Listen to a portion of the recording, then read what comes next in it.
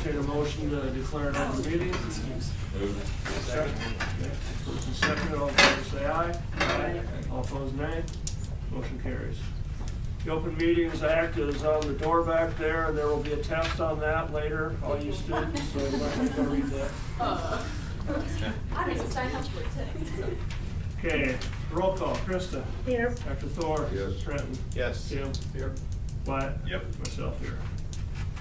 Okay, we will approve the consent agenda. Take a look at the minutes. We have two sets of minutes, one from the special meeting, one from our last month's meeting.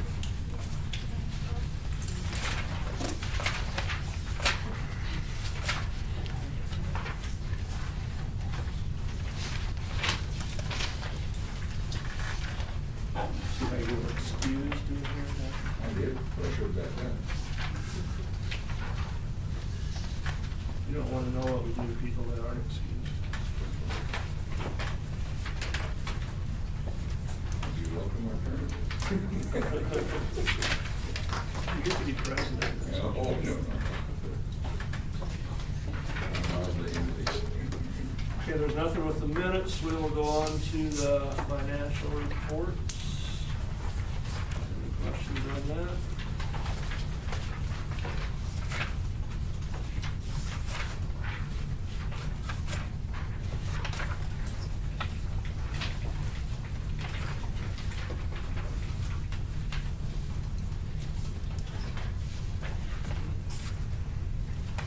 So I assume the ice cream machine is in the black now.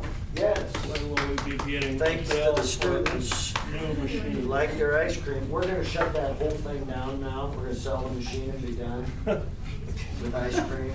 Yeah. So good, funny So, yes, it's nice to provide uncommon experiences for people, and so Plainview is known for bleachers with backrests and ice cream cones when you come here, and the best popcorn around. So those are it's a novelty, it's kinda nice. Mr. Commit, always looking to improve, has his eye on another beauty, that'll twist the flavors into one beautiful ice cream cone, so I'm trying to kind of tap the brakes on his enthusiasm there. Brand new one? No. These things are so expensive, you wouldn't believe it. So, he works that machine, pretty well. He says there's some issues that he's concerned about it, But as long as I see people walking out with a smooth, thick, tasty ice cream cone, it's hard for me to be convinced, that, we need to replace this machine. So we'll try to run it in the black for another season, but he has a great grand vision for taking it up a notch. I think there's a lot more labor to this old one, and they're cleaning it and all that. Yes, he babies it, which it needs to be. But he has some kids that do a great job with it too. I mean, so it took us, is it 2 seasons? Going on 3. Okay, to get that paid for, but I think it's been good, Never heard of going complaint. back, I think we're pretty pleased to get to this point with it, and as far as I know, still limping along, making good ice cream cones. So Gail just walked in. Do you have any complaints as far as cleaning up the ice cream or anything like that? They work good in the cones. Stay away As long from as it's in the ditches. cone, it works just fine. Cups.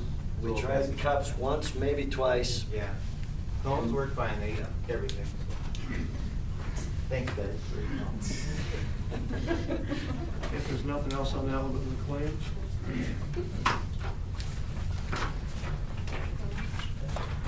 Now, over 50% of the claims goes to ESU, which in most all of the ESU bill is our special ed resources, and that's not unusual, or anything different from any other month. ESU and the greenhouse. Who's JW at Pepper and Son? That's What are they? music, sheet music for vocal and instrumental.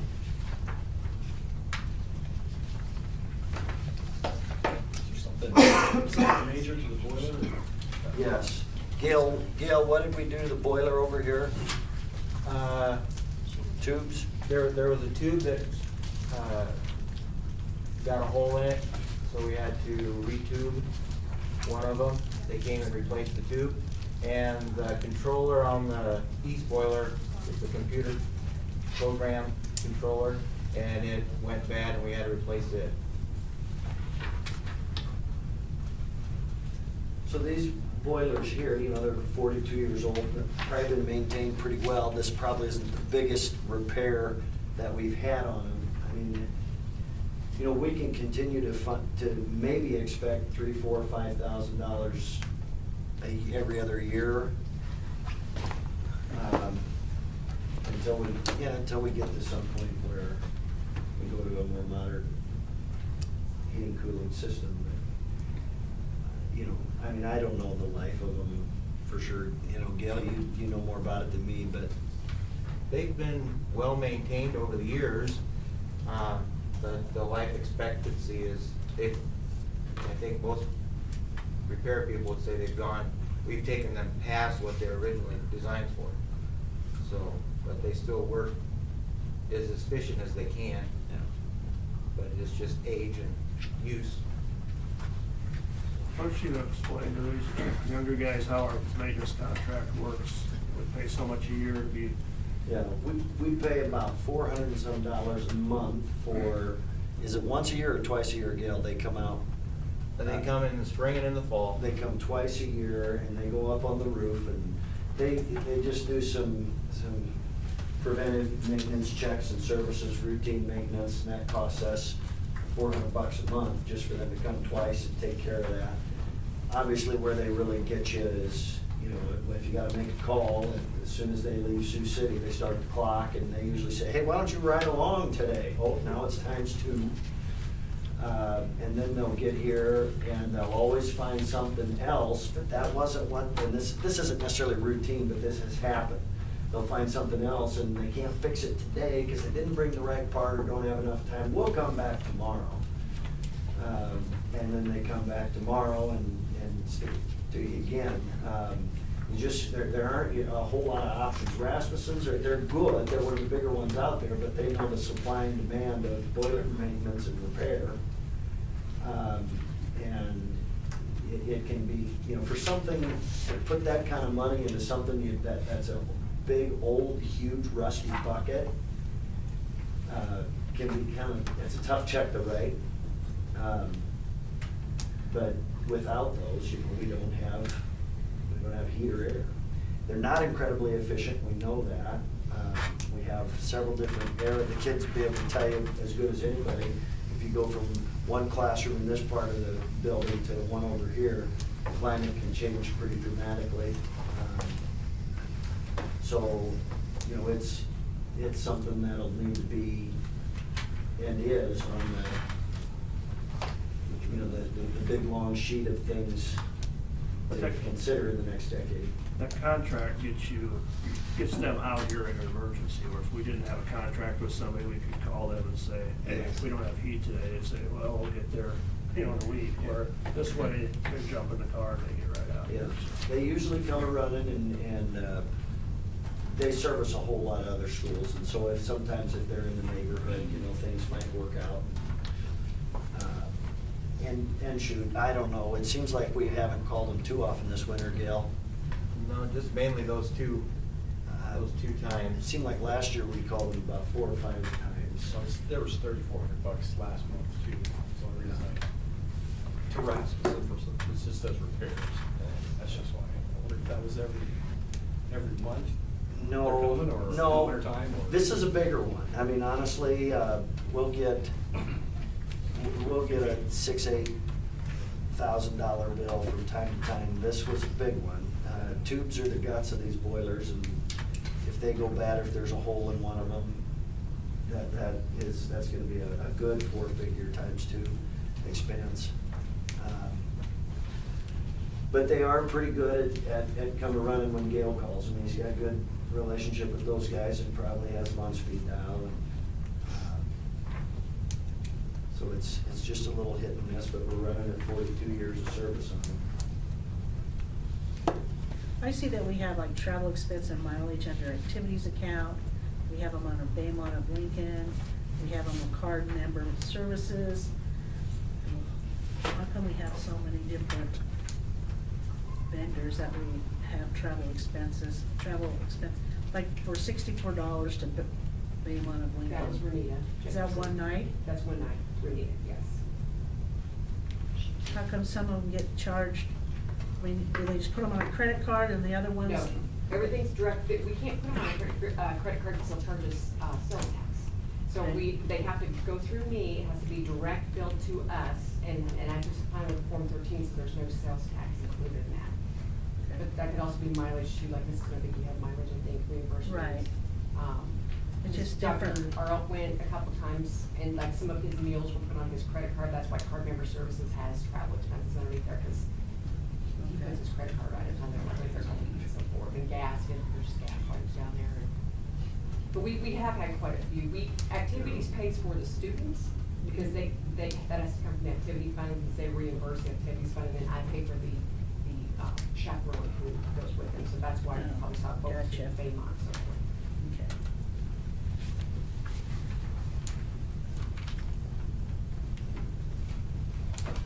What was the one in Kearney, is that from the duels? That In was athletics? duals or it was districts? We went to Kearney back-to-back weeks. One was, state duels one weekend, the next weekend was districts at Amherst, and we stayed in the same place. Next year we'll have district wrestling here, that'll be much less expensive of the weekend. That's our plan. That's our goal. When was the last time we hosted a district? I know we did in 1982. I can't remember what we had, last time we had, so. We've had other people's districts. Well, sure, for basketball, yeah. But Okay, is there any other questions about the claims? No, I'll entertain a motion.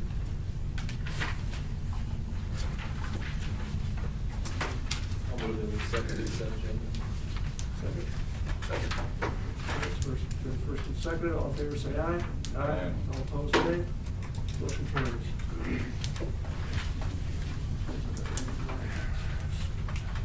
We're now at the portion of our agenda set aside for public comment. Each person wishing to address the board will be recognized by the board president. Also, each person wishing to address the board will be allowed only one opportunity to do so this evening. We request that you limit your comments to 5 minutes or less, and we will advise you when that 5-minute time period has elapsed. Please remember that this is a public meeting for the conduct of the business of the Plainview Public School District. Offensive language, personal attacks, and hostile conduct will not be tolerated. You should be further advised there is no legal protection for any comments that are made. Is there anyone who would wish to make a comment? Really? All you people in there?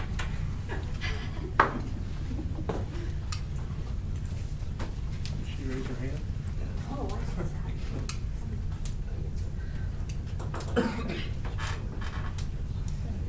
Okay, we'll move on to principal, or teacher principal recruiting, first discussion item. Yeah.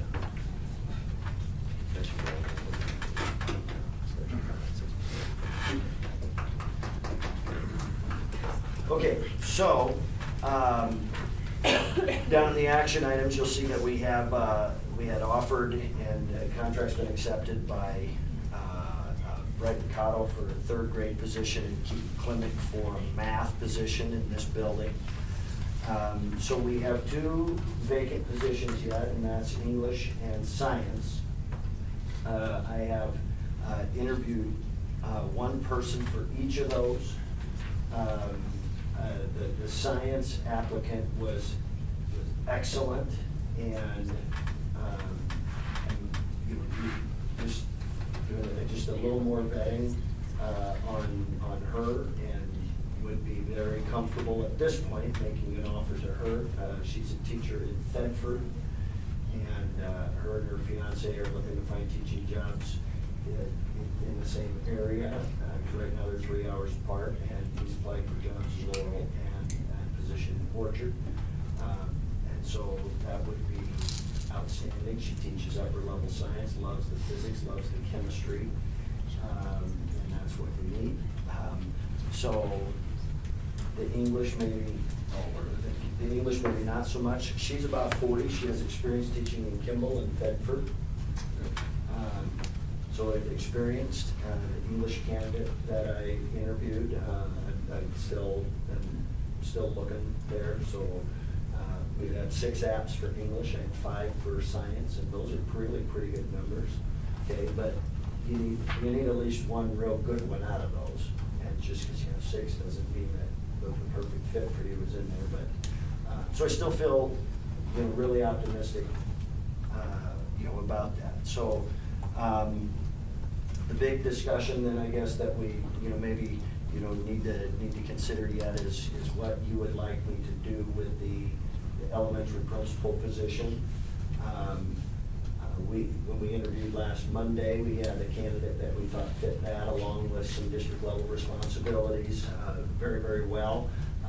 She didn't feel comfortable with that, and so that's fine. Obviously, we have a 7-12 candidate to approve tonight, so our pre-K 6 principal position is still vacant. We know that we have some options in-house to fill that, and that could very well be done. But I guess I would ask you if you wanted me to kind of package the description of that and advertise. teachingnebraska.com, it's free. Doesn't mean that we have to do anything with it, but we could see if we could get a nibble or a bite from somebody who has a similar skill set that we were attracted to from Tina Sauser last week, and see if that would work for us. I still would advocate for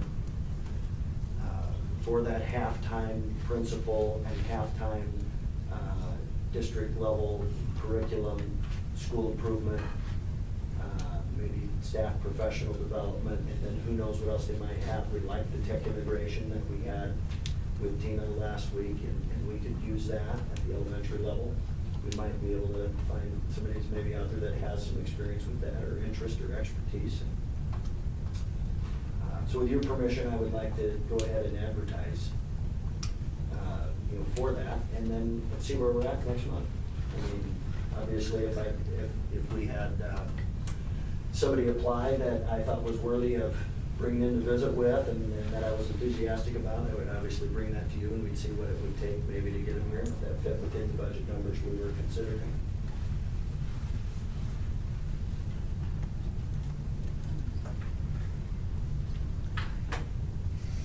Sounds fine to me. Are we getting late in the game at all? No. Not yet?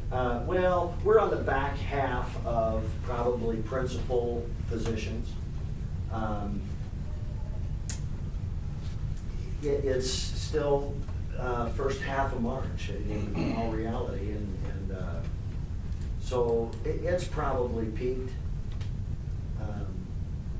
And now it's always superintendents first, and then principals, and then teachers, and so it's starting to still kind of peak in the number of teachers that are looking and moving and resigning, and for schools hiring teachers. But contract offers obviously go out and are due back on the 15th of April, and so sometimes you see a spike after April 15th as well, when teachers don't return contracts. The school districts generally know, especially smaller ones, who they might have to replace.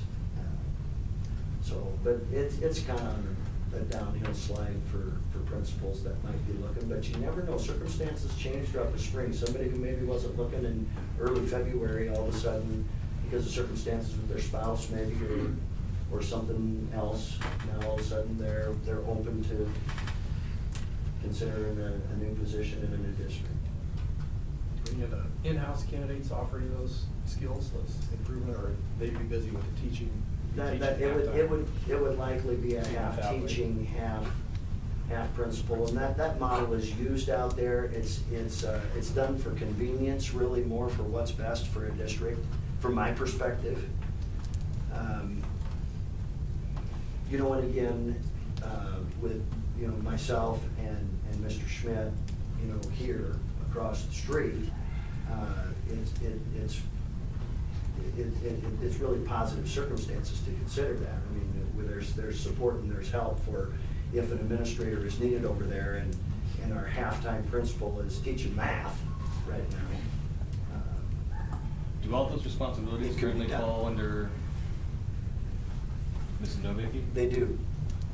Is there any particular reason why you guys are thinking about We setting had it up, that, or? we had that discussion a couple months ago, really, on why we're looking at a different administrative model. But, so, yeah, so, I mean, we talked about that a couple months ago. She already said that about if they're teaching math, and I agree with that, but in the other scenario too, where you've got a half-time principal and somebody doing, you know, technology, and they're over here in the high school doing that with the class, they're even further away, you know, it could be the same situation, but it's not even the same building. The tech integration would be more aligned to the K-6 building, not so much K-12. So you don't think the two in-house candidates can do any of the technology stuff? So- I don't think it's their expertise, I don't think that's their area I think they could, but that's not an area that they have specific, you know, training or expertise.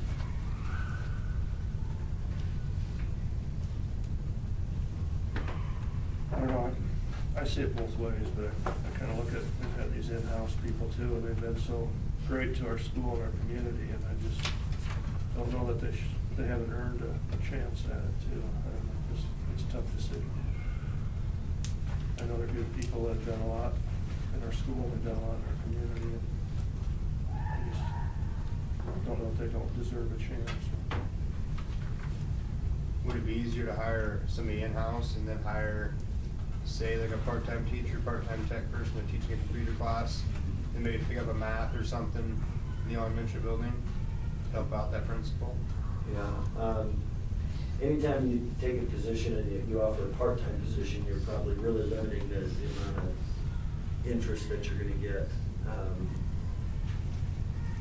There has to just be somebody generally locally, I mean, it's just, you'd have to be really, really fortunate, but, yeah, I mean, you could, So certainly. you know, you could hire them full-time. Oh, I see. But they would do all that stuff and then have like a class of students. I think that'd be spectacular. The more personnel you would authorize me to hire, I mean, that's the best expenditure of district dollars, are great teachers.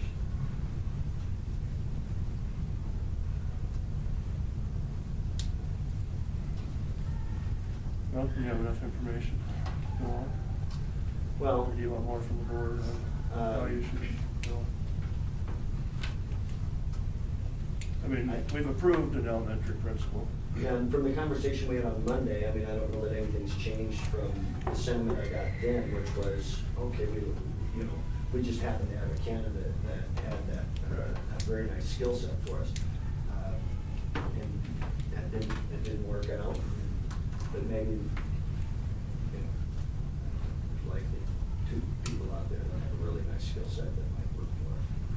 When was the pre-K principal approved? I mean, if it was a couple months ago, maybe I missed it or something, or I don't remember. Well, there was never a motion. I don't think we ever had a motion on it. Okay, that's what I was wondering. Okay. You said there was discussion, but I don't remember there being Yeah. a debate about moving to that. There kind of wasn't, structure. there wasn't an action item, yeah, I think that was just a conversation that we had that I wanted to try to, typically a Class D school might get anywhere from 6 or 8 to 10 or 12 applications for a principal, especially a K-12 principal.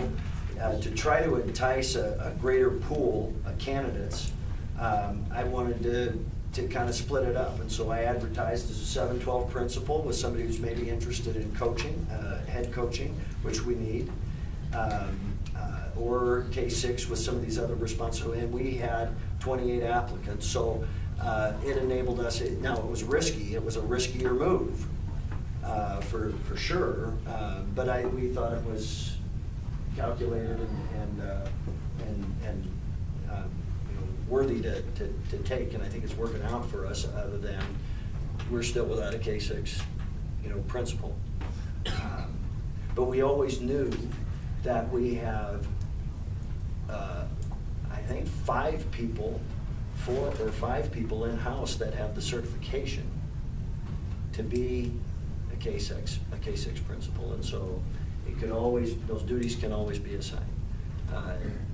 If it came to that, we have somebody in. Is that largely up to you, or is that a Well, that's a motion that board be passed to the decision, yeah, board? yeah. I mean, I'd make a recommendation to the board. Okay. I think that, maybe to further answer your questions, he brought to us the different options, and we kind of said, go find out what you can find. Yeah. And when See he what's came out back there. with the people that we interviewed, then we said, these are. I don't know if there's, I was just asking, see if there's something that I missed maybe. Yeah, I don't think it was ever one specific time in a meeting that we said, we're gonna do this, it's just kind of, we gave him the right to go ahead and look for it, see what we can find. Go from there.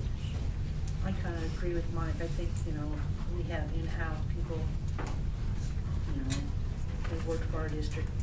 If you think that they can fulfill what we're looking for, then I think they should be at least approached. And if not, then. I think you at least give them the opportunity. See who else is out there, and yeah, if it will gap, in-house people should be considered seriously too.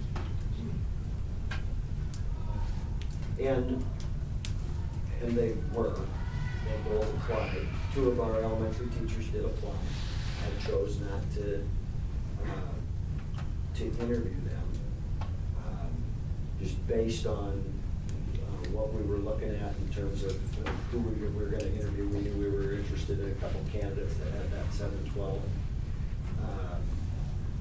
But then I had one slot left that I really was willing to provide somebody who would fit at the K-6 better, but we know that we don't need a full-time K-6 principal. So what other skills did somebody have that they could bring to us? And so I chose Tina specifically because of her skill set and experience district-wide. And so that final interview spot did go to her. So those applications I would consider to still be valid. But I guess I would like to just go ahead and repackage that advertisement and see what we might get specific to halftime K-6 principal and halftime curriculum, school improvement. So we're gonna take those away from the high school principal and put them over into the elementary. Is that what you're trying to package? It wouldn't take it away completely, but it would put the responsibility on one person. I mean, I'm always part of that. The high school principal would be part of that. But your school improvement leader, which is Mrs. Vicky right now, that point person would have been, for example, and that whole team would be made up of administrators and teachers that led by. I remember Kyle was a part of that process at Battle Creek. Yes. So you have He has experience some in that. experience there, yeah. So, again, we would be fine. Yep. But, we would be better than fine. Which part was Tina a little bit? The tech integration, Tech integration. aside from the administrative responsibilities, the tech integration is something we really could use to relieve Jill. What part of the job that you offered Tina though was she reluctant? I don't- Okay, she didn't tell you that. That's great. Okay. The totality of it maybe was just a little. Just too much. overwhelming. Okay. Another thing, and we've mentioned this before too, but if we go in-house, we're taking away another half-time teacher, probably not replacing them with any more teachers and adding administration. So you're stretching the teachers even thinner and adding administration, so you gotta look at, how much you want to do that too. And that was considered by me earlier, but now there would be one singular focus. So, None of my business, because I won't be here, but you can't not replace that person. Don't tell Mrs. Noble lady, it's a double negative right there, she'll be mad. But that person would have to be replaced. If you pulled one of those two to be a half-time person, that job can't go unattended. They're already cramped for time. Because we're down, we reduced one teacher in the elementary building this last year. Yeah, those three people have no time in their schedule. So in other words, if we did go in-house, we would have to find another half-time job for them other than teaching, and then replace them as a teacher. Or we There's have to hire a lots of things half-time they could do. teacher,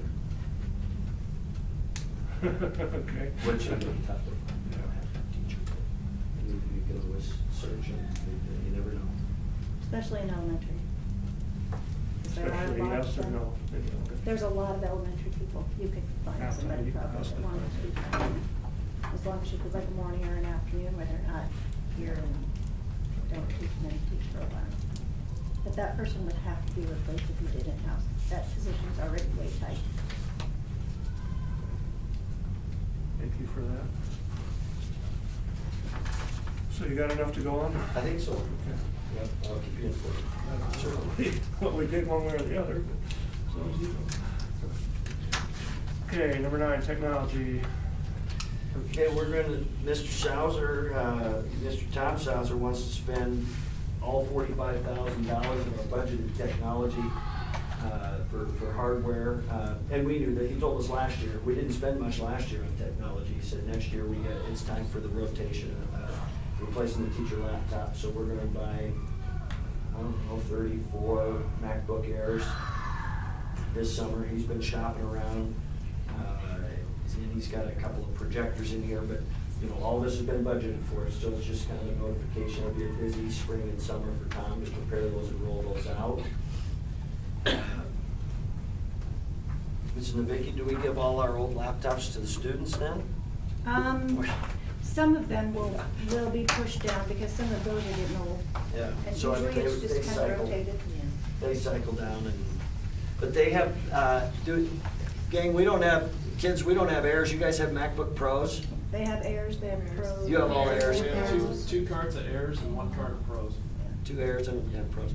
Because when the they teachers started- have Pros right now for them. No, you have Pros or Airs. Teachers Mine have is Pros, like so different. there'll be 30-some 3-year-old MacBook Pros coming down that Tom will claim, nobody about as good as they can be. When they started doing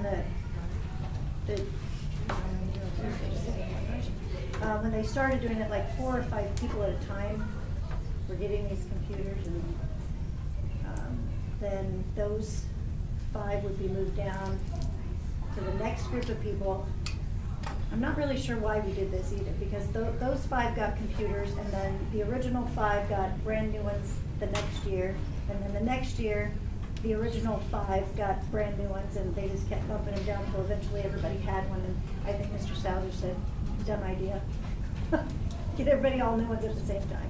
So I think every 4 years now, they rotate them out, which is a pretty long time for them, because they use them all the time. I mean, that's what they use all the time. So it's a much better plan to do. And they don't like all these things on the side anymore. So they've taken, and I don't know, this is gonna be a learning curve. There are no USB ports on the new MacBook Airs. So what do I do with my thumb drive? What do I do with they figured out an adapter that you have to buy, so you can put your thumb drive into the adapter to stick into your, so they went down to the same thing, the charger is the same as the information, so they tried to, bring all these down to the same thing. So they come out with a new thumb drive that'll fit into there? Yeah. So it's just the evolution of, okay, we gotta figure out a way to get everybody to buy the new thing, and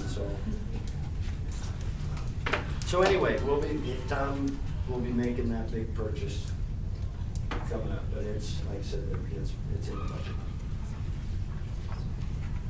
Yeah, no more questions. Number 10, EIR. And we're gonna push this to April. Deb Jensen's sick today, kinda need her leadership on this. Okay. Gives us another month of implementation as well. And the reason I wanted them to come to you is because you've approved, or we've spent good professional development time and money and resources on some of these things. And so just, we want you to know how that's going. So the teachers kind of like to have Deb take the lead on that. And Deb has got strep, and so this is what. Say, how early does early retirement start? She might be, yeah, I think I know what her plan is here. So is that why the rest of you teachers all came and for nothing? Just learning. I'd go home and call her. We're waiting for you. And number 11, summer facility project. Okay, I'd like to have a building and grounds committee meet before April. I don't think we ever received a paper on who's on what committees, do we? You guys have? Just to look at, so you know who's on what. From your assignments in January? Yeah. I've been gathering, and you know what, we kind of had prioritized, and so, I've been getting some bids on everything from air conditioning of the 1920 building to new LED lighting for everything that's not LED anymore. So the new LED lighting for the 1920 building, shop, band room, the whole 77 building. You look in here, this is a prime example of just horrible lighting. So these things need to happen. They don't have to happen this next year. This summer, we just need to prioritize. So I've got bids for replacing all this ceiling tile and grid. So our ceiling in here would look like the elementary minus the sprinklers. The lighting would look like the elementary. What is that running, the bid price? A whole bunch. What do you mean by in here, this room or So- this building? The whole building, the whole 1977 building. So, and I'll share with you just a couple of the early ones there. All these doors, initially, the mechanisms, the handle mechanisms really need to be replaced to ADA compliant. But these doors don't need to be replaced, but most of them could really use a good recondition. And so I had J&S come and look at them. And some of them need to be replaced. Our weight room doors have to be replaced. They're split in the jam. There was a couple, Gail, that we knew had to be out, just not fixed, but replaced. The old band door, band room door. So for example, your air conditioning in the 1920 building is gonna be anywhere from, 32 to 60,000. If we want to bring in the south entryway in the superintendent's office for air quality. The doors is going to be upwards of 35,000 for 41 doors, reconditioned or replaced with new ADA mechanics. Lighting just for, say, if we wanted to just do the lighting in the 1920 building plus the band room, that's about 12,000. The Mr. Earhart's shop, new lighting is horrible in there. That's over 5,000. There's just, this can be kind of pieced out to different folks. Now, Brian from Icon is gonna provide a bid for lighting, ceiling tile, and grid for everything, minus the 1920 building, which doesn't need ceiling. And that'll be, your priciest thing. If you do ceiling tile and grid, for example, in this building, you should give the LED lighting project to the same person, so they can manage their own process. But that's gonna be the biggest check that you'd have to write. We've got the payments on the elementary to do yet, which I know, is definitely part of the discussion, but I did wanna go ahead and just give you some ideas on that and see if everything waits until the elementary's paid off, or whether we, take a small, another bite this summer, albeit a smaller one. And what should it be? Should it be lighting here, there? Should it be air quality there? Meaning the 1920 building? Maybe lighting just in the shop and the band room? Half the doors, ones, just, So I think a building and grounds committee meeting would probably be good to maybe make a priority and list and a recommendation of the full board. Do you have sprinklers in any of these? No. And why wouldn't we look at that at the same time? Well, we discussed that last year just a little bit. I know as we were kind of bouncing things around and chose over there, we could get somebody in to find out what it would cost to sprinkle everything under this roof.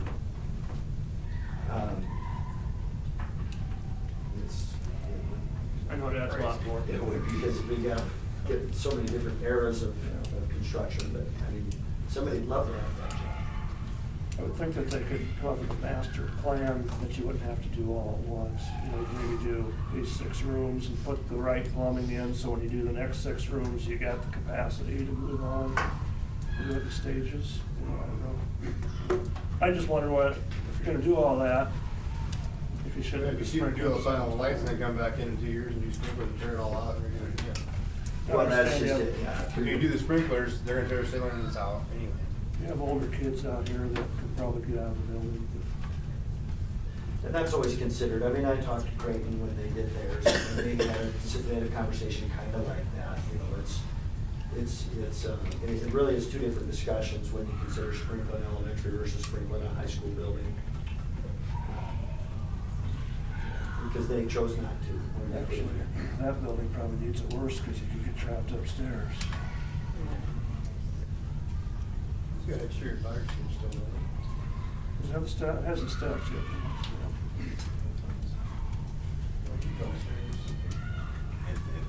Oh, shoots. Yes, sir. So, do you support a building and grounds committee meeting between now and February 8th, or not February 8th, April 8th? Okay, Monday, 2 weeks from today, Monday the 25th. That's Mike and. I don't know, that's why I asked you. Oh, I got it right here, sorry.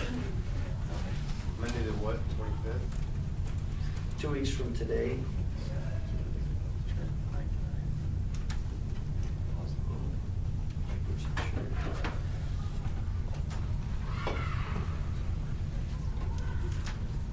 You want me to try and bring in the other people that were on that committee for a while? It's up, that's up to you. Sousa, Rasmussen, Tar.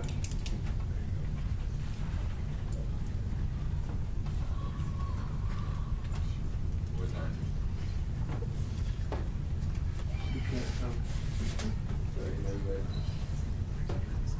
It's Tar, not Thor. Can we have 3 there, so sorry. One less meeting. Could we do the 25th as early as 5:30 or, If I know ahead. Check, okay? 5:30, so. Let's plan 5:30 on the 25th.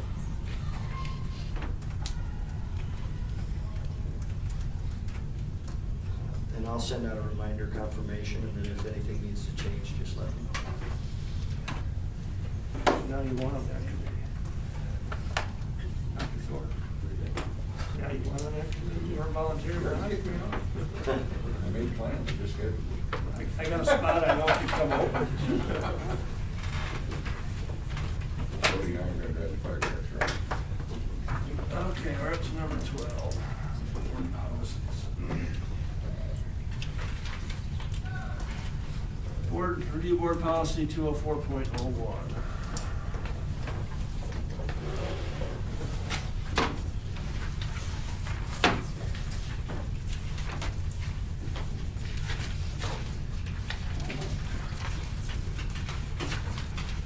None of you students have any books this thick. Yeah.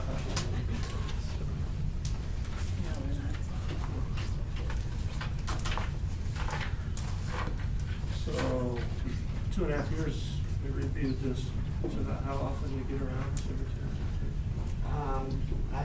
I'm not sure if this was part of a general review, because that says revised, so I'm not sure what changed in November 16th. Specified years, that's I didn't see anything on here that, yeah. Can we make one motion if there's any changes, can we make one motion? If we want one? Don't need to even make a motion unless we make a change. Cause they're just being, just discussion. I just want to go through them all, and then at the end, just do. Well, if we don't make any changes, we don't have to do it. So we'll just do the ones we make, have a change for. If nobody saw anything on that one, we'll move on to board policy 204.02.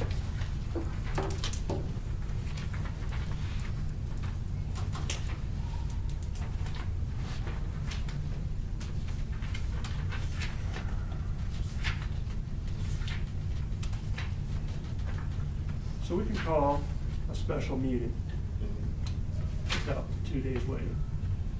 You can't emergency nature, I mean, we've got, it's gotta be pretty serious stuff, let's say tornado hits your building. Basically, all we have to do is call the newspaper and say we're doing it. And put it. You gotta make it with your best or effort. something. You can't do it on my salary. Okay, board policy 20403.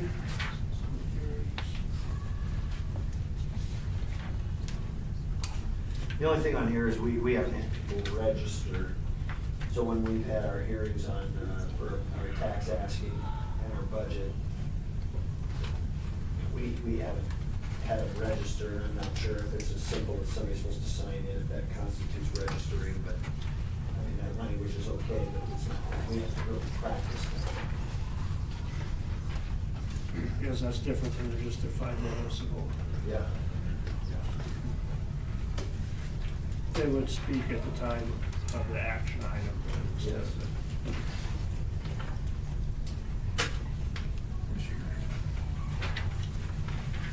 Okay, if there's nothing there, the 204.05, open meetings.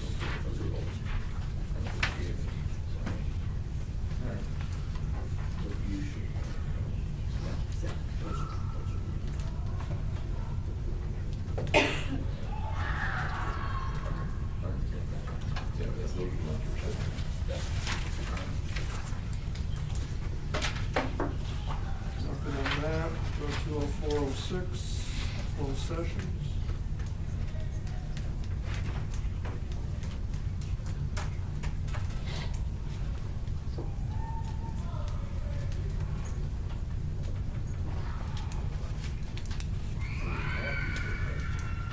Yes.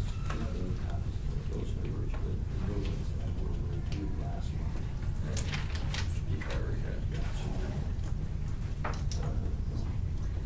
They just pulled those ones. Since last month, we were gonna put it in. What do you think? Do you have anything on 20406? I don't. 20407, meeting notice.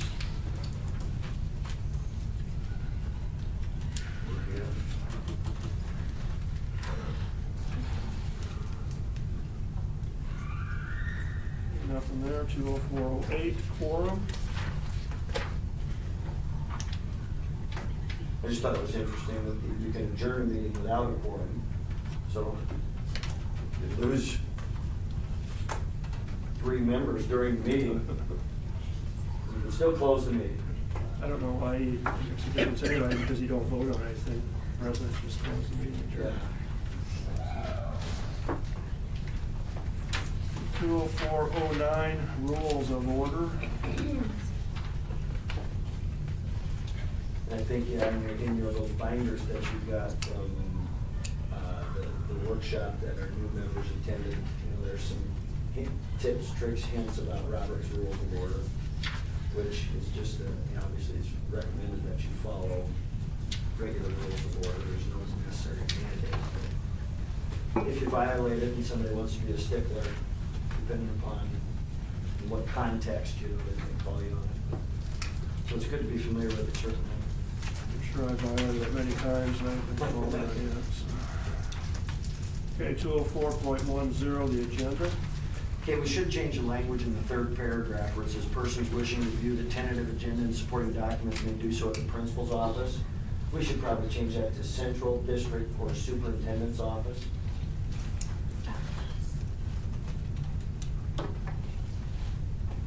third paragraph, last sentence. And we can do that right here, right now, even though this isn't an action item.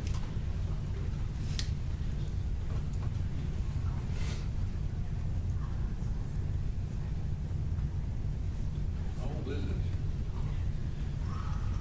Well, January 13th was the What last he's saying, day. it's not even in here. Yeah. That's- No. You're supposed to be up to date.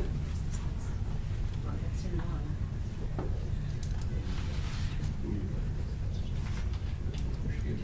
That's yours. And then, yeah, we haven't been through hers yet, so that's okay. But I'm You're getting a Gene. small, thin one, a small. But I'm a Gene had that, so we know it was perfect at one time. Gremlins, they break into the office and they do crazy things in the dark. So what do we need to do, make a motion? I would just encourage somebody to make a motion to, change the viewing of the agenda and documents to be in the superintendent's office. We can do that on a discussion item? Yep, on any agenda item, whether it's action item or not, you can take action.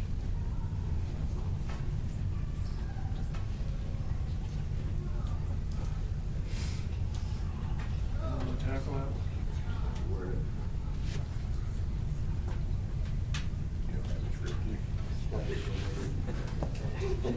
Only script the action. I make a motion that we change board policy 20410, third paragraph that says, person wishing to view the tentative agenda and supporting documents may do so at the central office, superintendent, office of the, or the superintendent office. Okay.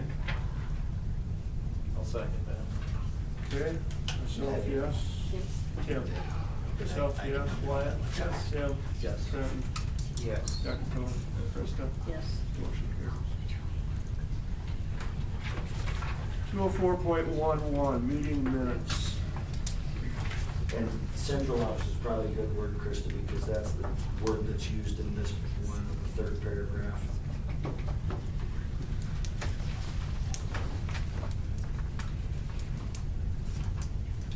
You all right with that one, Kelly? Yeah, thanks. With the meeting minutes policy? Does it need to change? It says responsibility of the board secretary. No, I like it that way. Chris and old. In case you don't feel like getting off the couch that one meeting, I mean, it's been that way forever, right? That's up to you guys.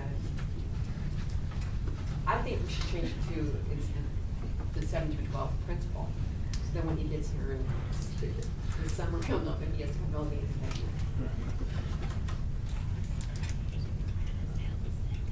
Doesn't matter to me. I just know I don't do them. It's just kind of a formality.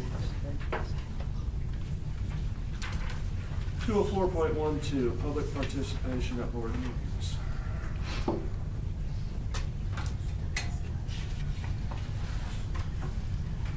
Well, the first sentence of the third paragraph is not, we don't really follow that. I mean, I don't know. We're pretty good, we're pretty easy going. But I've never had any, well, I have, at that, one time. Last week, but they were this week. I like the last paragraph though about they have to have, if they want to present to the board any type of information, they have to have that to you by Wednesday so you can look it over first.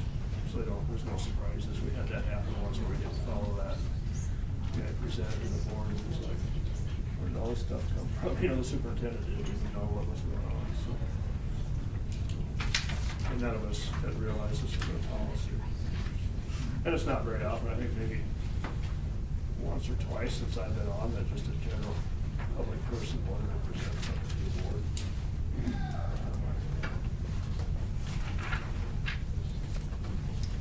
Okay, there's no further discussion on the policy.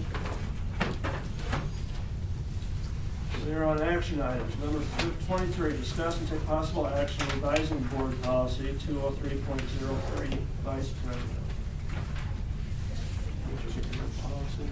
So you can see that I struck out that, and again, this could have been done last month, but I wanted to double check.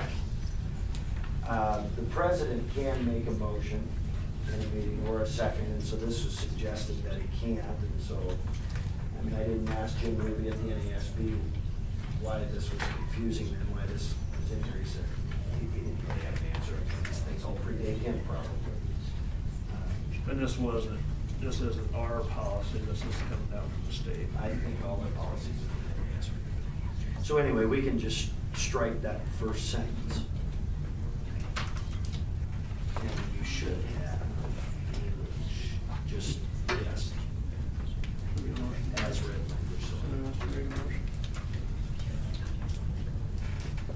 Sure, I'll make a motion to accept revision to UE policy number 203.03, vice president as read. I'll second it. I should have read it. There you go. That's right. Myself, yes. Krista? Yes. Dr. Thor? Yes. Wyatt? Yes. Tim? Yep. Trent? Yes. Motion carries. 24, discuss and take possible action on NASB membership dues for 2019-2020.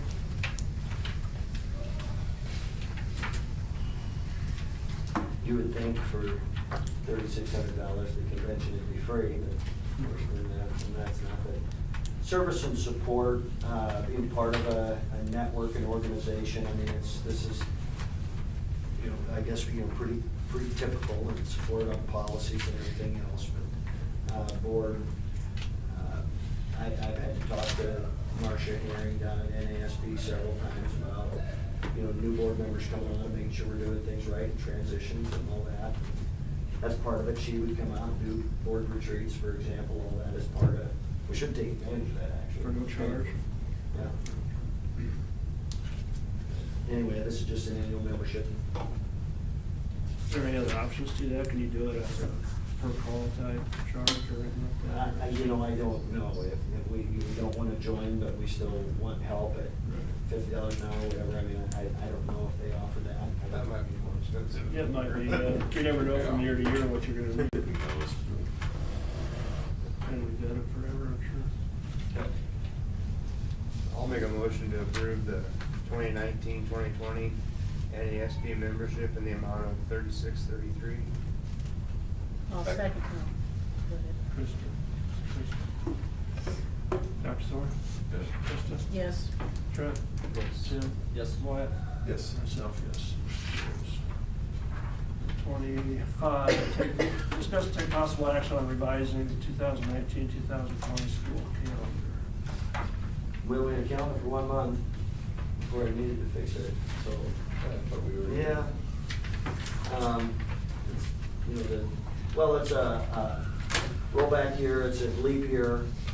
So when I gave this calendar to Mr. Reed, and he said, "Hey, we played volleyball that night at parent teacher conference," because, you know, everything bumps.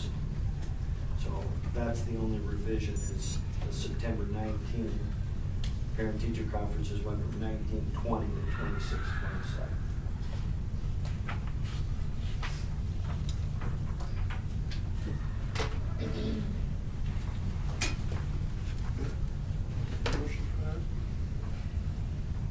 I'll make a motion to accept the revised 2019-2020 school calendar.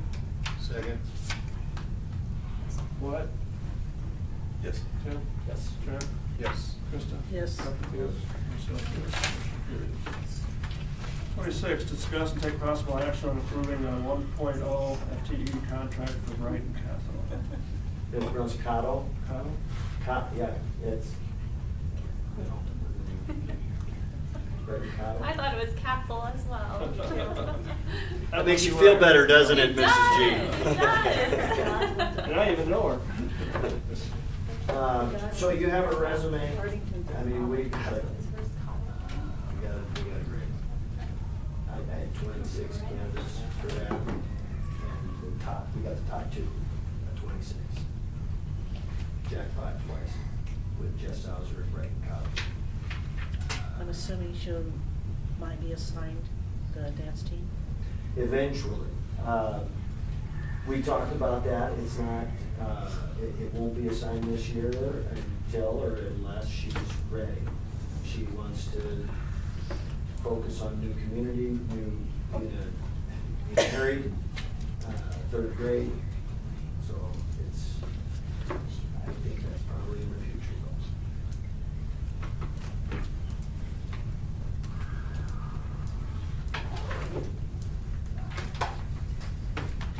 Make a motion? Sure. I'll make a motion to approve a 1.0 FTE certified contract to Brighton Cattle for the 2019-2020 school year. I'll second. Sorry. Trent. The first, second, Trent. Yeah. Tim. Yes. Wyatt. Yes. Myself. Krista. Myself, yes. Krista. Yes. Dr. Shore. Carried. 28, discuss and take possible action on approving the 7-12 administrator. Nope, I skipped one. 27, discuss and take possible action on approving a 1.0 FTE contract for Keaton Klimek. Klimek. Klimek? So the top of the heap in my math group in terms of what we need, what we can use, just a young guy who wants to coach everything. Teaching credentials are impeccable from his professor at UNL to his cooperating teachers. Excited, ambitious, was just, so fits a lot of slots for us. Middle school endorsed, so he'll be assigned to 7th, 8th, 9th grade level math, which fits for us. Burwell originally. So, You explained earlier to me anyway about Rule 10. What happens if we go over that? Is there a penalty or? Yeah, you get a ding or? You get a ding. You get put on a schedule of improvement. You have to outline what you're gonna do to fix the problem, to fix the error. So, I don't know, Mrs. Navicki, what percentage of our content are taught by out-of-endorsed teachers in the 7-12 building? Is it 2%, 5%? Well, it'll be a little higher this year because Hayden is out of endorsed area with PE. Okay, so, I mean, they're reasonable, you have leeway. 20% of your content areas can be taught by people who aren't endorsed to teach that content. And most school districts aren't even close to 20. In the elementary, it's 10%, I believe.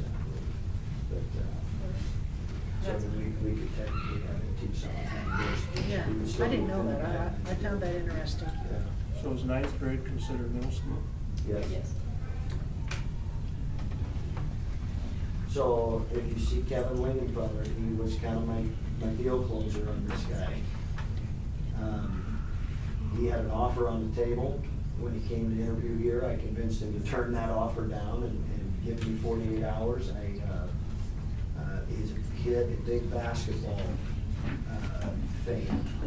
And so if he's gonna coach our junior high, which he is, I thought, what the heck, this can't hurt. I had Kevin call him and talk to him about what we've done with our youth.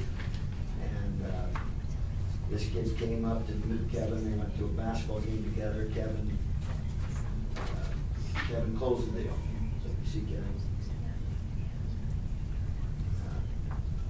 He coaches at Kearney. They were state qualifiers. Kevin went and saw him at state basketball.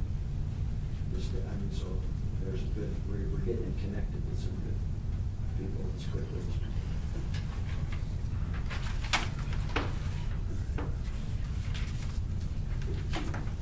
So you wanna make a motion on that?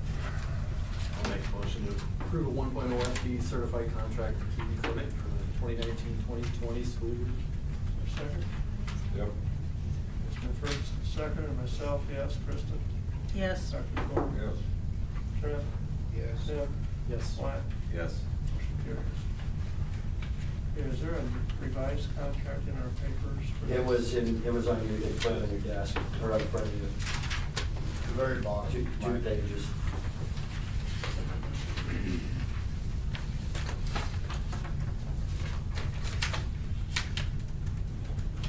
Number 28, discuss and take possible action on approving the 7-12 administrative contract to Mr. Kyle Schmidt for the 2019-2020 school year.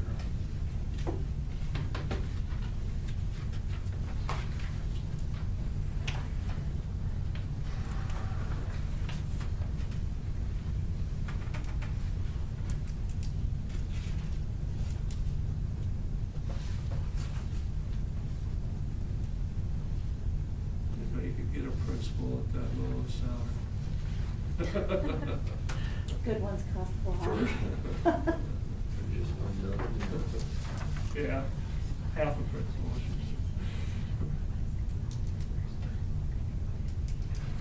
Everything else other than salary is pretty much the same as it was in the past, or? So pronouns. Pronouns are all different now.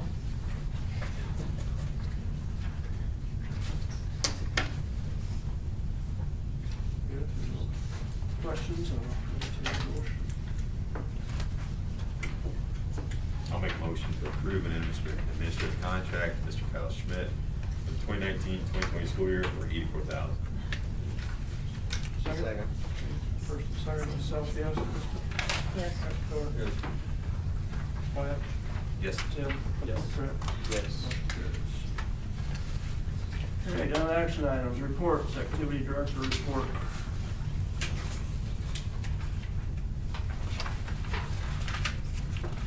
Track meet Friday. Oh, good Lord. Serious? Yeah.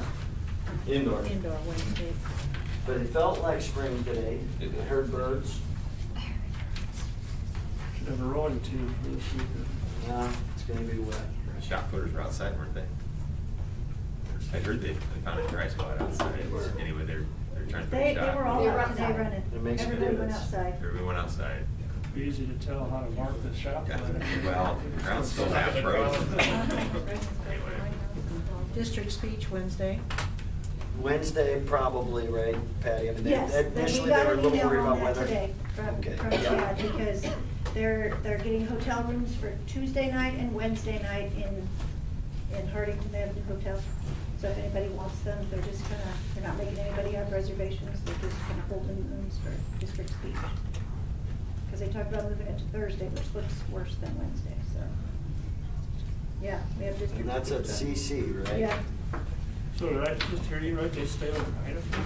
No, well, they're like Rock County is there, and Oh, so long. Some of those are really fun. there's another one further beyond Rock County, so that's kind of, I mean, Sure. weather's supposed to hit at night, so when you're done, that's when they might be driving into it, so. That's just if they need to, they know probably Tuesday nobody will need them, but possibly Wednesday.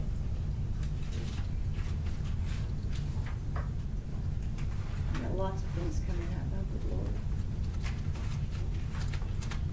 Days blank. Not even Saturdays and Sundays. Haven't had to buy floating golf balls yet.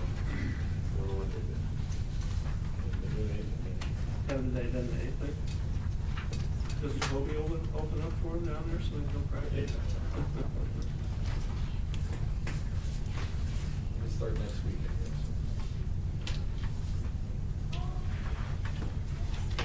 Yeah, there's no questions on that. We'll move on to number 30, principal report.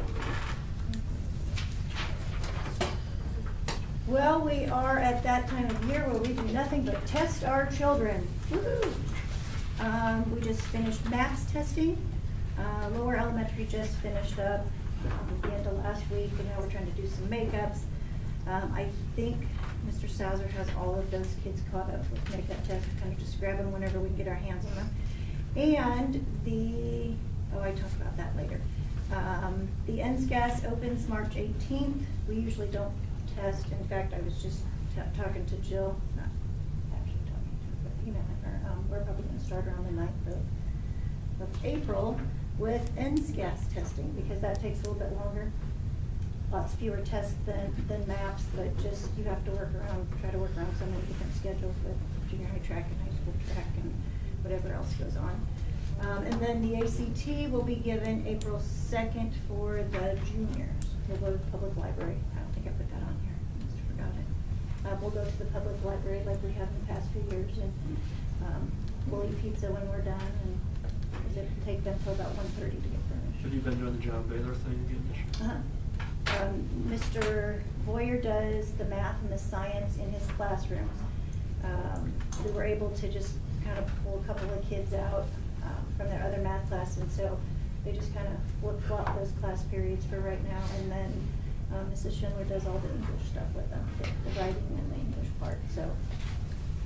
We actually have, I just confirmed, John Baylor is going to come. We couldn't get him before the actual testing, but he's gonna come on the 8th.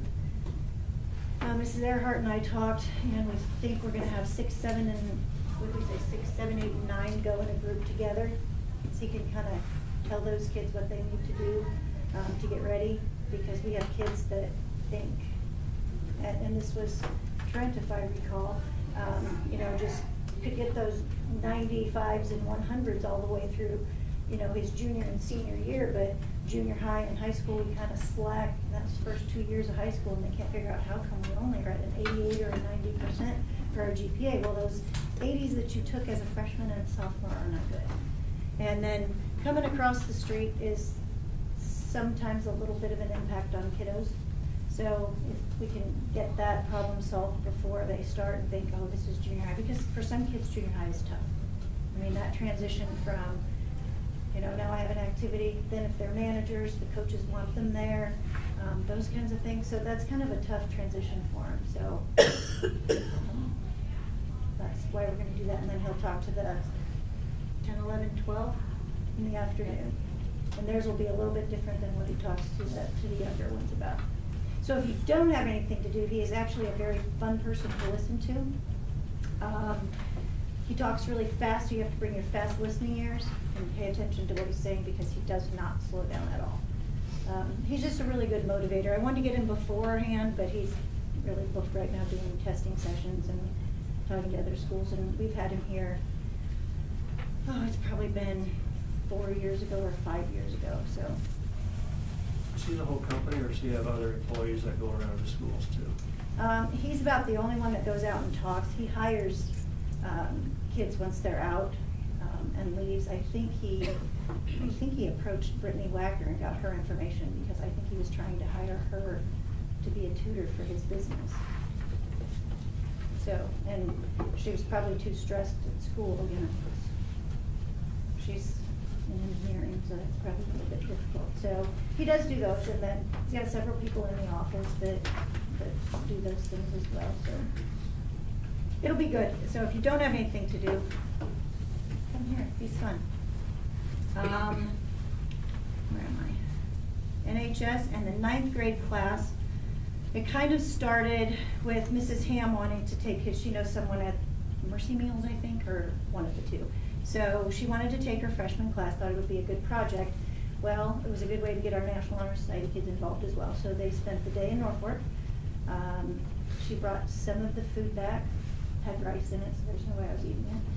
And I think it was probably That wasn't bad. pretty good. I did. It had rice in it, I don't eat rice. I'm not that picky, but. I think the kids got a lot out of it. Yeah. When I asked them, because sometimes if you hear, well, it got us out of school, then we probably aren't gonna do it again, but I think they. We told me not to say that. Because you like Plan rice. ahead.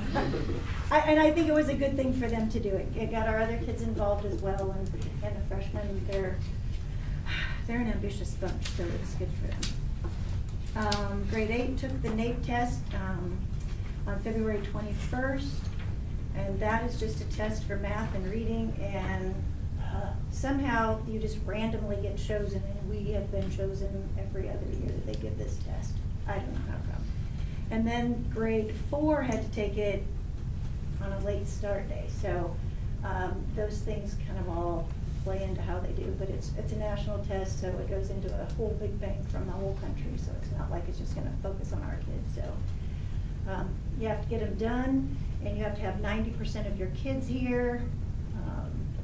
It takes forever to get it set up. They have to know where to park, they have to know where to go, they have to know who's gonna be sitting in here, they have to know what time to go to the bathroom, they have to, I mean, this is just about 700 questions you have to answer to take this test, and it's kind of a pain, so. I don't know, we'll find out how we do in the fall of next year, as a country, not as a school. On March 6th, Steph Wanick and Sonia Simons were here, and they did some MTSS and executive function. Basically, it was, what do we do that we can do best for kids? Doesn't matter if it's a behavior, if it's an academic issue, and so that's what that MTSS will cover, that whole thing. And we've kind of been talking about some things that need to be done with that for next year, so that not everything falls under. A lot of school improvement's not supposed to be an administrator in charge of it. Not just saying that, it really isn't. It's supposed to be teacher-led.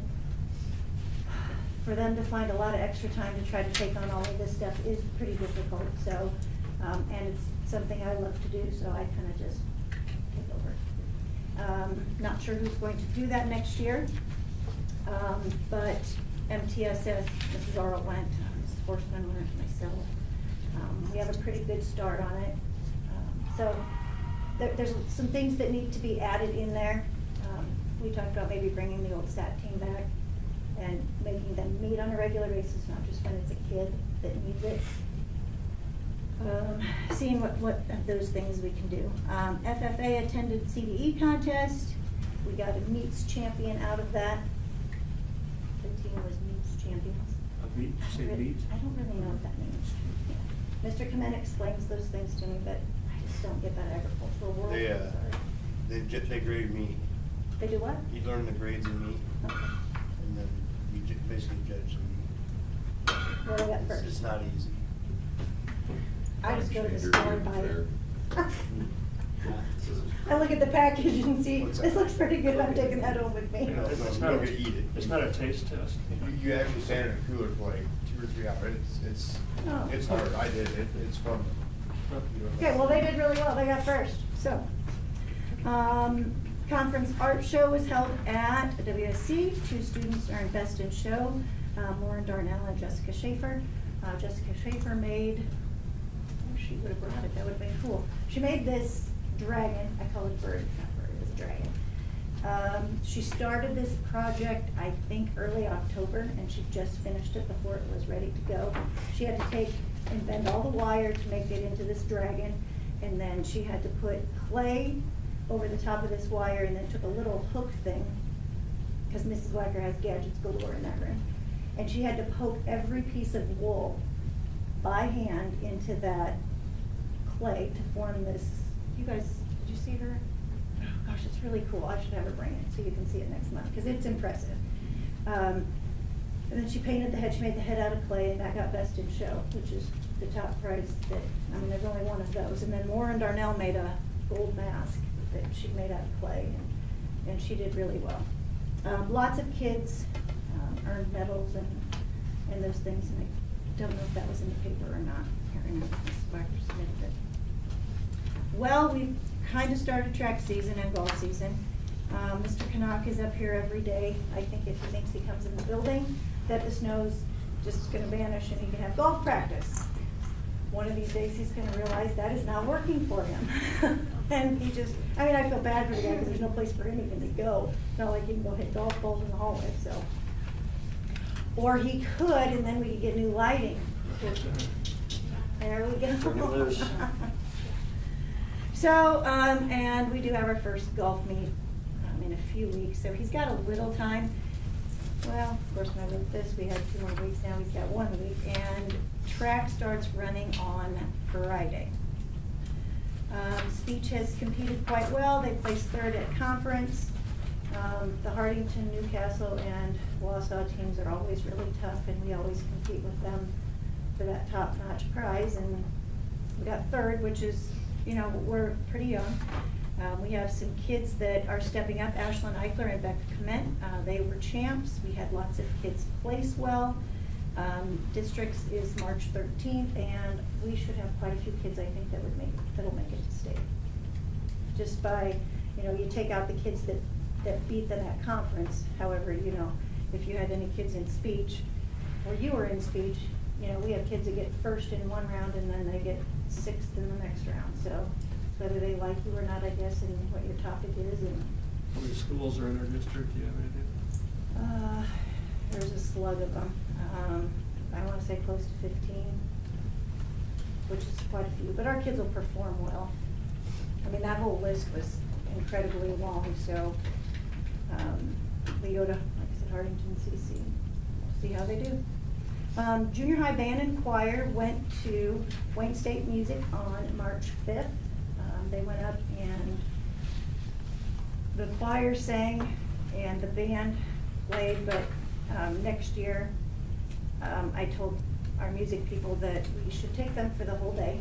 It would be fun. We've gone in our junior high kids. And have them do the solo thing and the duet thing and let them eat on campus.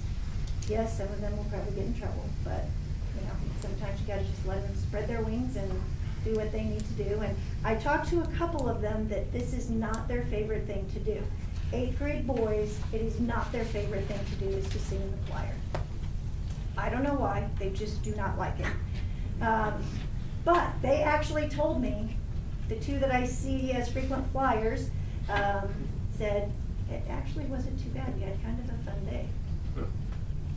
So, give them a little more exposure to that, I think, and they would really love it. I get why you're hesitant to take junior high kids and turn them loose on the college campus, understand that one. Wrestling team brought home, state dual and the state wrestling title. Our field trips have started, well, kind of. Mr. Frederick has been canceled twice. Hoping to get that rescheduled very soon. And he might have to pick something else to do because this is one where they go and do entrepreneurship stuff at the college and it's not easy to reschedule. And then we have, the next one is, the kinders go to Pete the Cat on the 27th of March. They go to Norfolk and watch the play and go eat pizza and are you close? Okay, she's not coming. Quiz Bowl is March 20th. Lots of Quiz Bowl things coming up. We go tomorrow, Wednesday. Those would be the ESU ones. They go to Northeast on the 20th, and that's they all take different tests in about every area. And then there's also a Quiz Bowl. Are we going to the Quiz Bowl? I don't think the college does a very good job of it. Because when you do Quiz Bowl, if you are supposed to take a test in any area and your team is going for the Quiz Bowl, because normally you put your best kids on Quiz Bowl as well, and they miss their test, it's just too bad. So I don't like that part of it. So, Mr. Clement is getting a new refrigerator for the concession stand. That one is sometimes wants to freeze, sometimes it does not. I took it out of, if you look at the elementary and the high school accounts, I tried to explain this a little bit. This is not anything that comes from taxes. We sign up for perks if we sign a contract with the photographer. He gives us a kickback on pictures. We do the little fundraiser in the elementary in the fall. And that money we use to support, like I bought donuts for the 8th graders because that lady said they were double good when they took the test, and so bribing people with food always works, so we do that a lot. What else do I take out of there? I don't know, like food for parent-teacher conferences, we take out of that fund. So, Mr. Clement, that concession stand gets used by more than just the school. It gets used by everyone. That refrigerator in there was, where did that come from? That was a donated product from. It was donated from Mr. Alt. Mr. Alt. Mr. Alt said if he could eat all the popcorn he wanted, that last year he was here, he would donate that refrigerator. So it's just a regular refrigerator, it's not. Oh yeah, this is nothing fancy. It was, the one I got was $547 and they're gonna deliver it. I got the black finish on it, so you don't have to see all the dirt, but it never gets cleaned off the handle.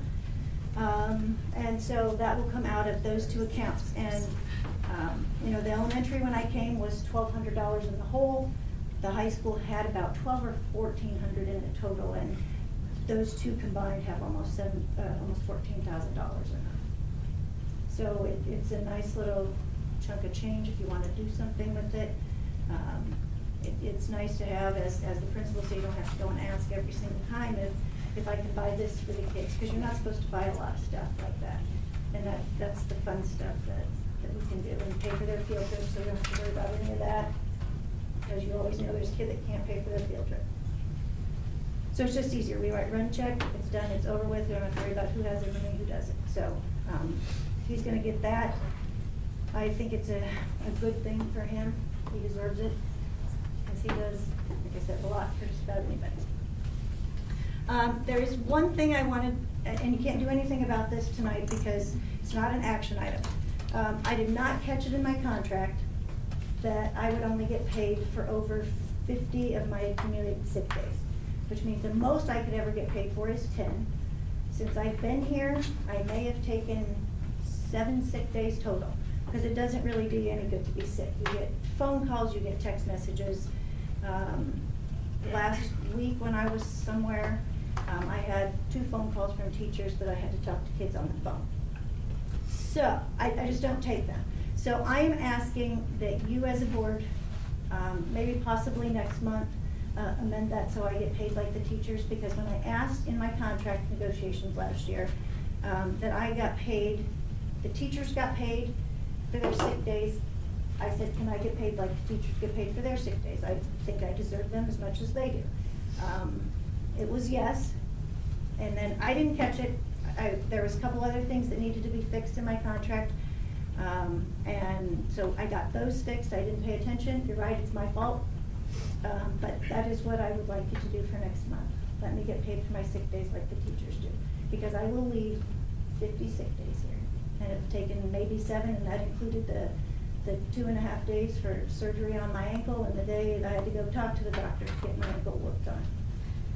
So 3 of the whole total sick days I had were for my ankle.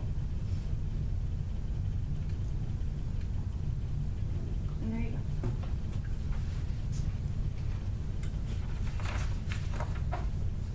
All right. Put that on next month's agenda, I guess.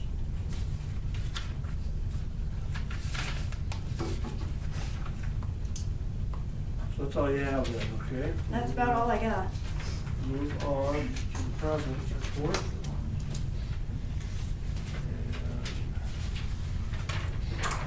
And the school received this, so came to your office.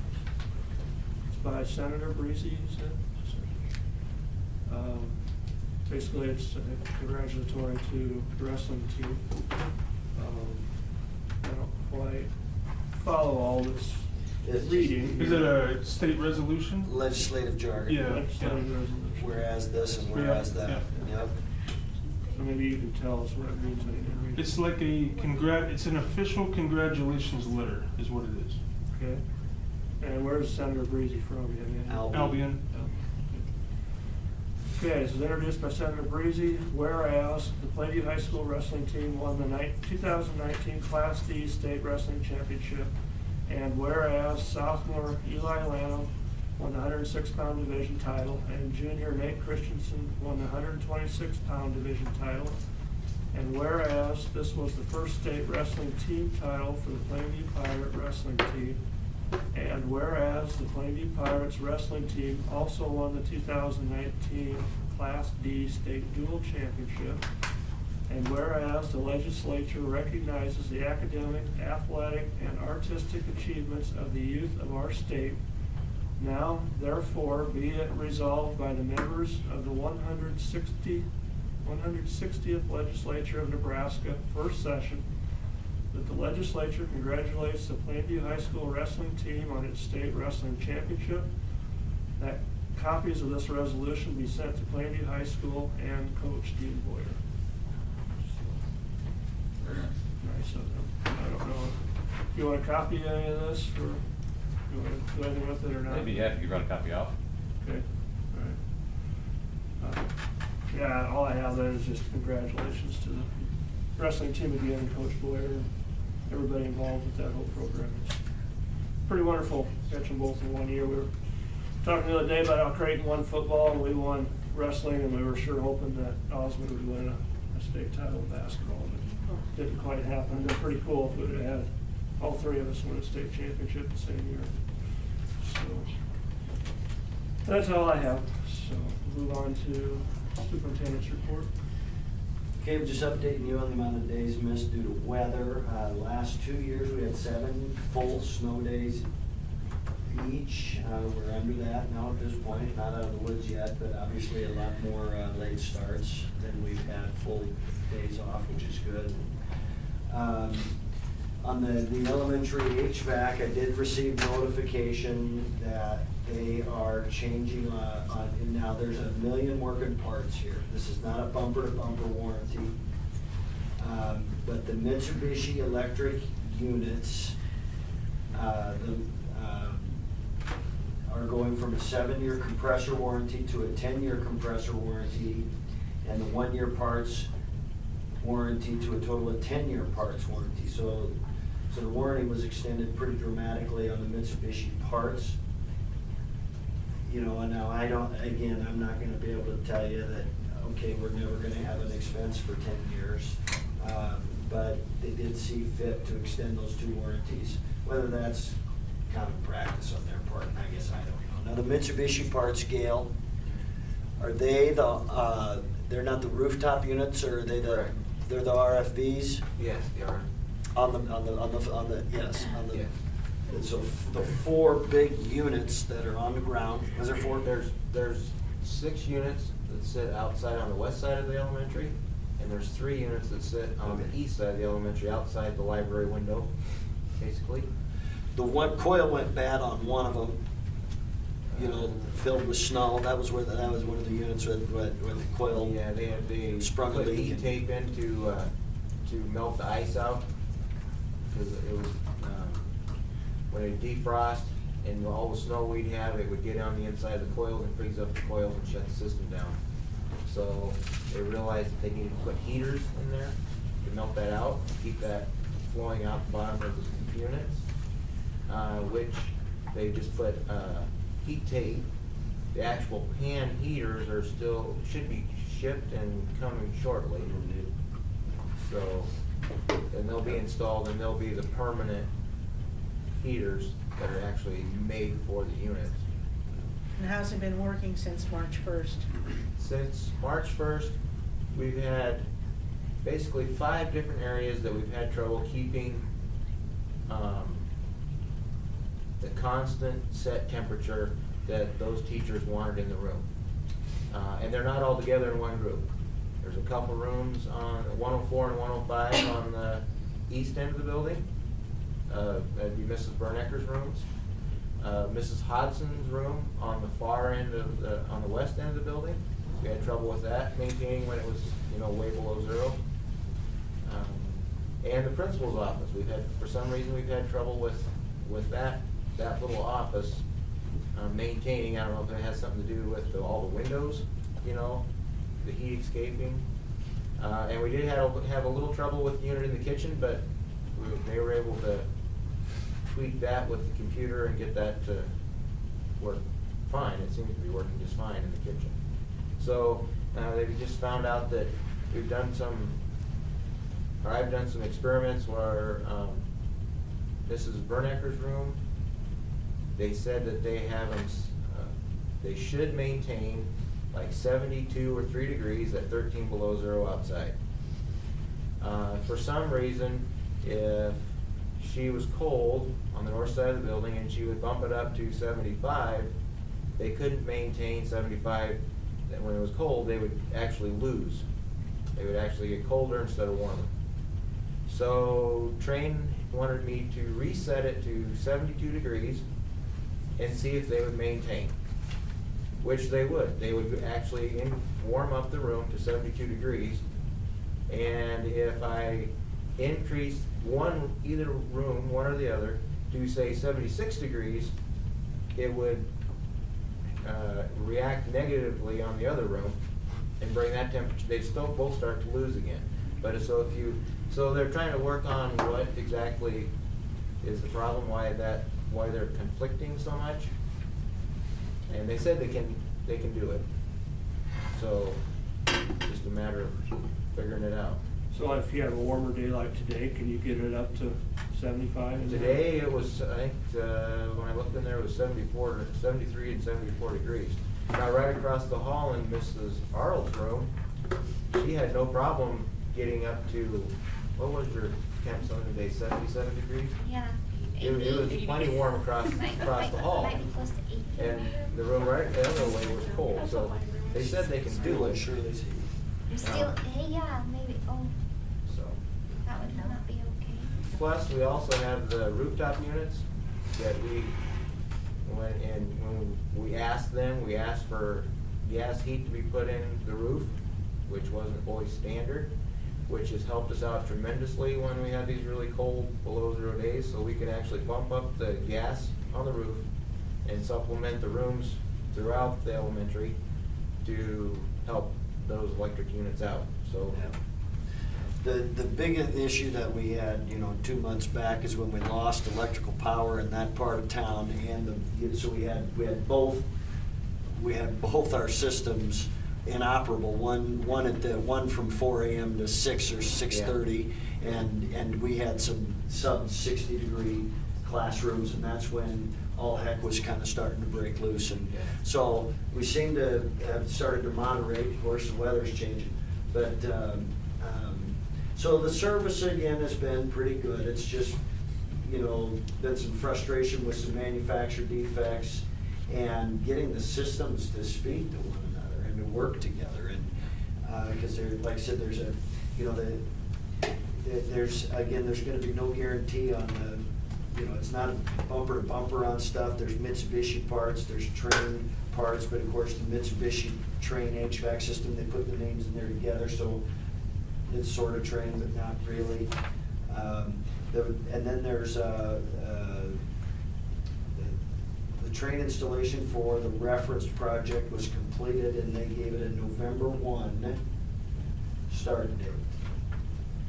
So there's another warranty that goes till October 31st for 3 other pages of parts. And a lot of these are for the individual classroom cassette units, which are run by the VRF systems, which have a 7-year compressor and a 10-year parts and labor. So again, I guess we'll just, Seems like a lot of loopholes to me. it's a lot of, it's complicated, but I guess that, they're not gonna do it, what you call a bumper to bumper, which seems, from our perspective, reasonable.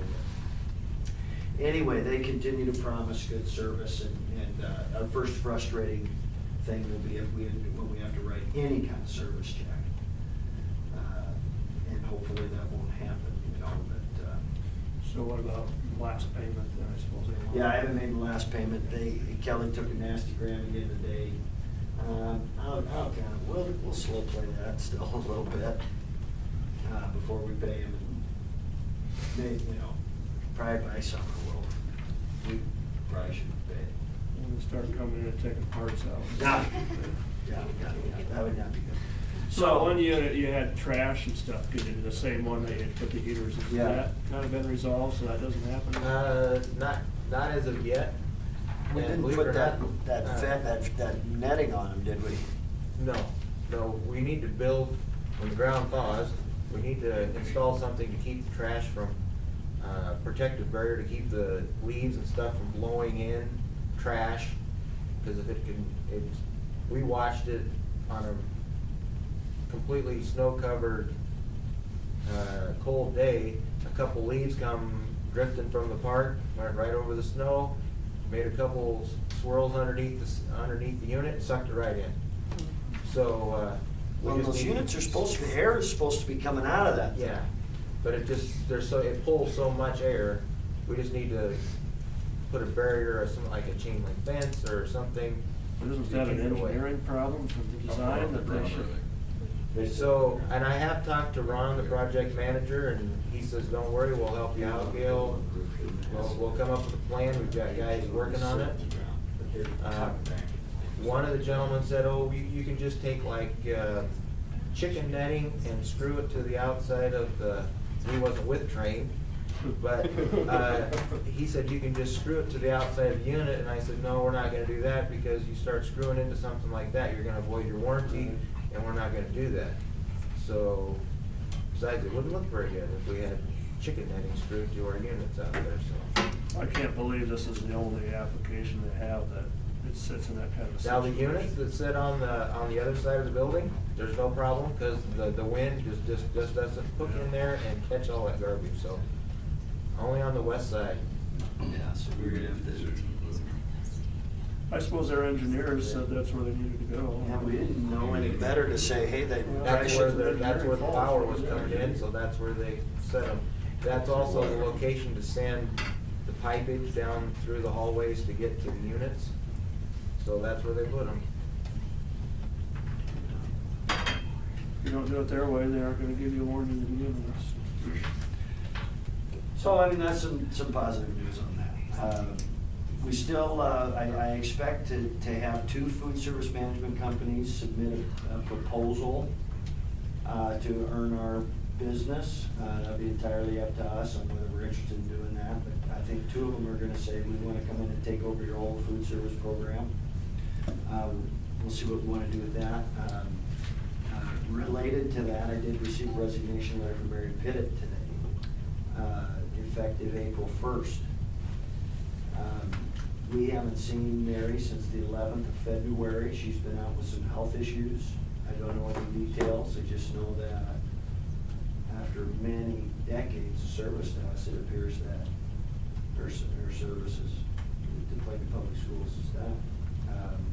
So as I find out any other information about it, I'll certainly let you know, but I don't know that, and we'll have to see. I mean, I don't know that now would be the right time, or maybe it would be, to consider a food service management company when you have somebody, who's gonna be your new food service director after many years. So that'll be a discussion item next month, certainly. We'll have 2 proposals to consider. What's all about this position or not? I brought her in as a sub in the kitchen, because they have went from 4 to 3. We didn't know a whole heck of a lot, and those gals were just working a little bit extra, covering. And so about a week ago, I said, okay, I'm gonna, if nothing changes in the next couple of days, I'm gonna call somebody, and I called Paula, she's helped us out before. And because we didn't have school on Friday, we just thought Monday would be a good start date for her. So she's gonna work in there every day she wants, probably to the end of the year. And then we'll have to, like I said, next month, I'll be able to visit with you about what you want, if you want to advertise for a new food service director. And we haven't had to do that since probably the 90s. I mean, Mary's been with us a long time, not sure when she started as the head chef. Mary, Linda has taken over any type of ordering of paperwork, she can do that. Mary's done a good job of working with her on that. So Linda is gonna finish up the year in that capacity. I'm gonna bump her wage. She has extra responsibilities, so I'm gonna bump it up to, she was not far behind Mary, so I'm gonna pay her Mary's wage to take care of things while we're in a jam. She can do that. Okay, we had 3 families moved out, lost 12 kids in the past week. I mean, just, but about 2 months ago, we had a 12 student enrollment increase. That's what happens when you have we have a higher percentage of local population than average for Class B schools. So there's our enrollment update. Nobody's out of district in the last month, and then there's plenty of vacation sick balance up there. That's all I have. Okay, anybody have anything else they'd like to? And we are adjourned. Oh, do you want to say something about this? Oh, I'm sorry, that receipt that you have was, I was gonna hand that to our train guys and say, I think we should pay for that. That one day it was really cold, I had to go buy some space heaters. That's just a receipt for that. I'm gonna still hold on to that. And we still may get that money out of train. They're kinda nice little boots to have. I went and bought 5. Yeah, 5. Little space heaters.